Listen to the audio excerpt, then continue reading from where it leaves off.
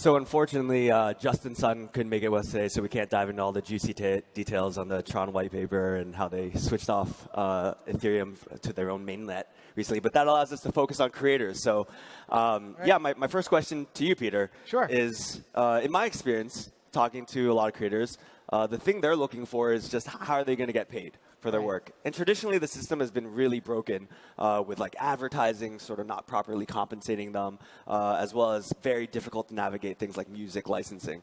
So I'm wondering, like, from your perspective, how do you see blockchain helping out creators? Yeah, that's a great question. And you know, that brings me to the point of this embracing the blockchain, great title for this topic, because the idea of using distributed ledger technology is to create this better audit trail and more visibility throughout the supply chain.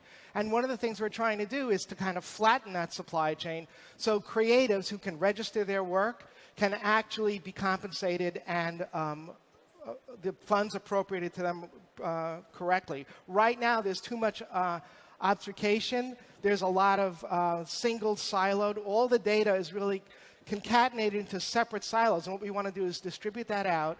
No single entity be the owner, everyone really own it, and allow people to actually see how their music is being consumed. And what are the different initiatives that you see today sort of pushing for this? Yeah, one of the most important initiatives is really something called the Open Music Initiative.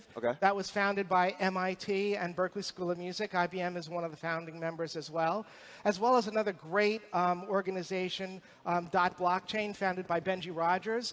These entities together are really working diligently to kind of make sure that the creative people can actually make a living creating music or images or videos or whatever. Yeah. I mean, even yesterday, when Imogen Heap was on the main stage, she sort of talked about her own initiative that allowed for all this metadata and licensing to be public. How do you think like there's going to be a winner in this space? Because there are a lot of companies that want to keep this data private. They benefit a lot as a platform if it's very obscure. Why will the blockchain solution win out? Yeah, very good question, because there is a lot of resistance, a lot of people who are already in the middle of the supply chain who worry about disintermediation. It's not really about a disintermediation play. It's about shining a light on the supply chain. One of the things we're looking to do is, one of the virtues of distributed ledger technology is to be able to provide privacy and cryptography for the data itself, so I can aggregate data and share that data with privacy. That's one of the benefits for the labels. If I can give them better insights across the entire music supply chain, not only on the data and artists that they represent, but across all labels, but with anonymity and privacy, then everybody's boat rises. Got it. So, Holly, we've been interacting a lot since you joined YC as a visiting partner. And so we've seen a lot of different companies, certainly a lot in the blockchain space. I think there was about 5% or so of the companies that were in that space in the last batch. And so, you know, my question to you, having seen all these things and having invested in various companies, like, when do you think we're going to see sort of broad consumer adoption of blockchain technologies and in a way that's actually going to impact our lives as consumers? Sure. I basically can see two forks in the road. There's one road where for consumer mass adoption, I think there's a ton of usability issues. I don't even know. I mean, does anybody know what MetaMask is? How many people know Probably not. Like, one, two. It's something that you have to download in order to even hold onto this currency. And it's quite complex, and I think just that user barrier is incredibly difficult. Already, I think when people think of crypto, they think they're going to deal with pirates, so it even sounds scarier, and I don't know if I would trust my money. So I think that road is a long road. There's another road that I'm thinking that might make a lot of sense, which is a little bit much more an enterprise in the supply chain, to where there's this thing called the blockchain and the ledger. And just like I don't need to understand the TCP/IP layer when I use the internet, it might be something of that side where it's very hidden, but everybody agrees on the back end. All the enterprises agree to adopt it and say this is something that makes sense. Very insightful. So I think I see those two roads to mass adoption. And I mean, having yourself founded like a billion-dollar gaming company with Kabam, sort of like what do you see as how blockchain is actually going to solve real problems versus it looks like a lot of the solutions out there to date are are solving these issues that don't really exist, or these problems that Yeah. aren't really important for, let's say, creators or the general consumers. Like, how do you evaluate whether a company is actually doing something important? Yeah, so currently you're absolutely right. It's an early technology that's incredibly new, and that's why gaming people love it. Whenever new technologies come out, you're not gonna try AR on open heart surgery. That's just not a great place to fine tune technology. So I do think up front there's a really great space for creators right now. And first they have to kind of figure out this mass adoption of not necessarily blockchain. It might just be on the back end, but I just want a successful game that happens to be on the blockchain. If that happens, then I think that will be amazing, right? And then we can talk about how do we pay these creators, how do we move forward. I do think, particularly in the entertainment world, and then even more specific around gaming, I do think that there is something around being able. I was joking with Sam backstage. I said we're a gaming company. If we did not sell, we would have probably turned into a crypto company. We've spent all our time taking your real dollars and giving you virtual currency in return. And in exchange, this is something what entertainment knows very well, is not just virtual currency, but also entertainment and how to slice that up into some type of currency. So I certainly think that entertainment and creatives are on the front of just how do we make this massively appealing. And maybe it's not necessarily the blockchain that leads up front. It's just maybe in the back end. It's just making appealing content. And then we could talk about how do we pay the content makers. Great. So, yeah, Peter, I've been pitched on behalf of Patreon plenty of different ideas, including and the blockchain specifically, including money remittance for international fees being lower, things like non-fungible tokens where you can actually auction off a digital asset that represents something for artists, or something really out there like every single artist can do an ICO, so you could buy stock in your artist early and watch that appreciate. But when I talk to different creators, they don't want to add more complications or complexities to their work stream. They want to focus on building out their great content for themselves and for their audience. So in your mind, how is the blockchain and how are these various technologies actually going to simplify their lives? How are they going to make things better for the artists and creators versus just adding a lot more non-necessary things in their lives? Sure, I can give you a specific example, and one of the things that was brought up by the folks at Berklee School of Music. So they graduate lots of musicians every year, and it costs about $240,000 to educate a musician. Yeah. And if you think about what happens when you graduate music school, the return on investment is potentially very small because it's a tough industry. One of the things they're looking at to do is to take these newly graduated musicians and have them re-record copyrighted music. And what that allows people to do is to essentially only pay for the copyright, not the mechanical license. So I have a big catalog of music owned by labels that's just kind of languishing, not generating any money for the labels. And I have these musicians who have tremendous skill and are just kind of starting off. What the musicians are looking for is recognition and attribution. Right. So if I can go back to a music catalog, re-record music that's not actually generating any money for the labels, have it generate money because streaming services like Spotify, YouTube, and Pandora and so on pay only for the copyright license. That's new revenue in for the labels. I get exposure for these artists, so they're happy, and everybody's kind of their boats rise. So it's a way for them to focus on their craft and get recognition and ultimately start to make more money as they become more popular. They can even get if they structure the smart contract appropriately, they can even participate in the ad revenue that's connected with the playing of their music. So this sounds great, but if we look at maybe one of the top consumer apps, dApps, right? The distributed apps or decentralized that exist today, it's like CryptoKitties. Yep. And in its entire life, it's maybe done 3 million transactions. I think something like tens of millions of dollars associated with it. Yep.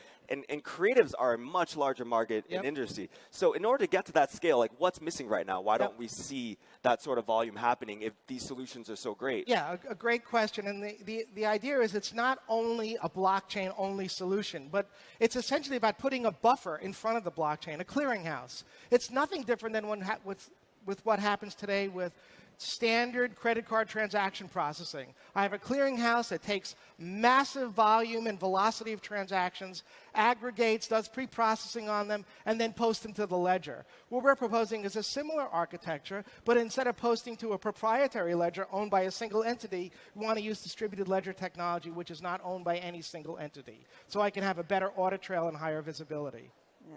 I think on the consumer side, we talk a lot about what's that thing that's going to hit, what's that thing that's going to end up, really coming together. And to your point, I don't know what it is yet. I will say that.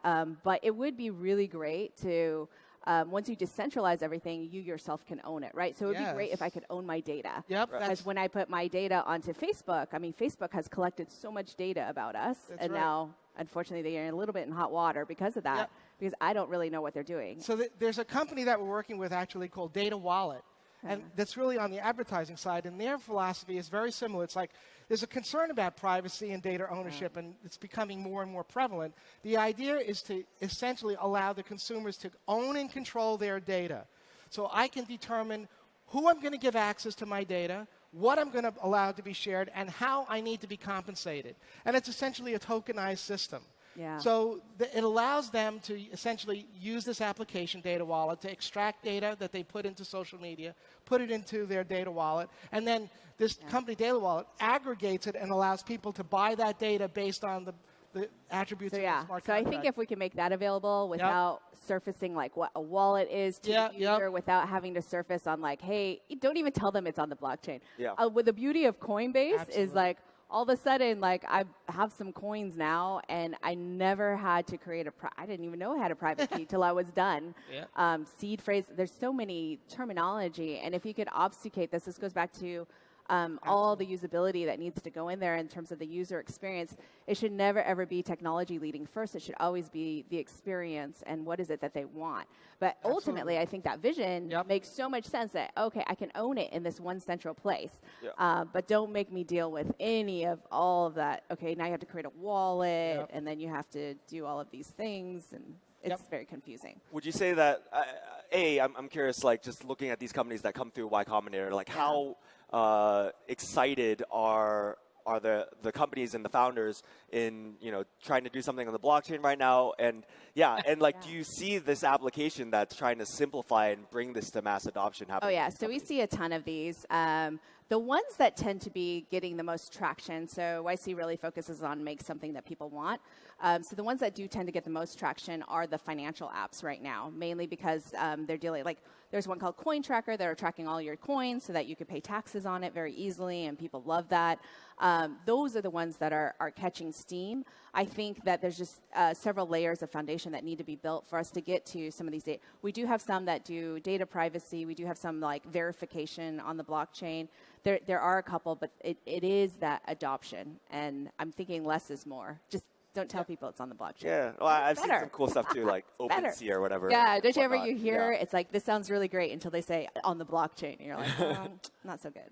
I'm seeing some questions pop up on the screen, so maybe we can dive into that in the few minutes that we have left. One of them that sort of caught my eye is that centralized will always be more efficient than decentralized. So what's our opinion on that? And I see this, you brought up earlier, like music licensing, and we have solutions like Cobalt that are very centralized and already solving this problem of having a database for, in fact, there are many different centralized databases for like music licensing. So again, I'm asking, why decentralize the issue is trust. Right, I have the fox watching the chicken house. If I'm a centralized database and I'm also managing measurement and allocating funds, where are the checks and balances? I have no limited, if maybe no visibility into how that processing is actually happening. With the distributed ledger technology and the consensus model, I have buy-in from all the network participants. So I have de facto, transparency, and I have auditability built into the platform. That takes the friction out of the supply chain. So yeah, I think like always, you're right. Centralized will be efficient. It'll be a lot faster. You'll get something done, but will you get it done right? Correct. Or what you want? Will you get what you want afterwards? And that, I think, is the trade-off that you get with decentralized. I mean, this is exactly why we have a democracy. Is the effectiveness to the purpose. Like, okay, Facebook now has all your data. Is that a good thing or a bad thing? So let's lead with a fun one for the last one. It looks like the question is, in the TV show Silicon Valley, I don't know if folks are familiar with that series on HBO, the team is building a new internet. Do you think that could ever happen, and could it solve the problems online? And here there's a call out to, for example, fake news. Huge problem in the U.S. right now, maybe in all over the world. So yeah, I don't know. What are your thoughts? Or do you want to start with Holly this time? Yeah. I mean, I think I go back to like, if I do think a new internet could be built, but again, I think the blockchain will need to be obfuscated, and it'll be almost like a TCP/IP layer that maybe I could just check on my browser, or maybe there's not a browser, but check on something to verify like where this, like it's you click on something and then you can see everything. But don't make me download MetaMask, go on to like the test net or of some sort. So I think it's very, very plausible that like, hey, it's still decentralized. But I will point out, in that episode, you had to own 51% to make changes. So it became centralized anyways. Yes. That was just their consensus protocol. So it's kind of strange. Either way, you do have a majority centralized one out. Yeah. Actually, I'm catching another one that I think would be really interesting for you to answer, Peter, which is that brands are often the go-to supporters of creative work. And I know we talked a lot about like the advertising market earlier. Yep. So like, what benefits, if any, could blockchain technologies offer them? I know today, like, advertising seems so inefficient when you're thinking about how like creators get paid for that and whether it's properly valuing their work. So yeah, I'm wondering how you think I mean, it just apply. quickly, I mean, 30 cents of every dollar an advertiser spends is lost in the middle of that supply chain. And what we're really trying to do is shine a light on that supply chain to understand how that money is being spent and where it's being spent. What are the inefficiency is in that supply chain? If there's actually value being exchanged for funds, that's one thing. But if there's no value, then maybe they don't need to be in the middle of that supply chain. And it's basically as simple as that. Right now, there are so many proprietary individual silos of data that it's impossible for an advertiser like a Procter & Gamble, Unilever, or an IBM to understand how their money is being spent through that supply chain. And because of that, they can't figure out what the ROI is on their spend relative to the value they're getting on the advertising that's being presented. Cool. So final question to both of you. How long a time horizon are we looking here before we think that something on the blockchain is actually going to make an impact either in the creative industry or just general mass consumer adoption? Yeah. I think probably 7 to 10 years. Oh, wow. Okay. Yeah, I'm a little more optimistic, maybe 5 to 10, but I think, Holly's, exactly right. It's ease of use is going to be a critical thing that we have to focus on. Great. And with that, I think we can conclude here. And thank you for both your time, Thank you Holly so and Peter. much. Thank you, Thank Sam. you. It's great. Thanks.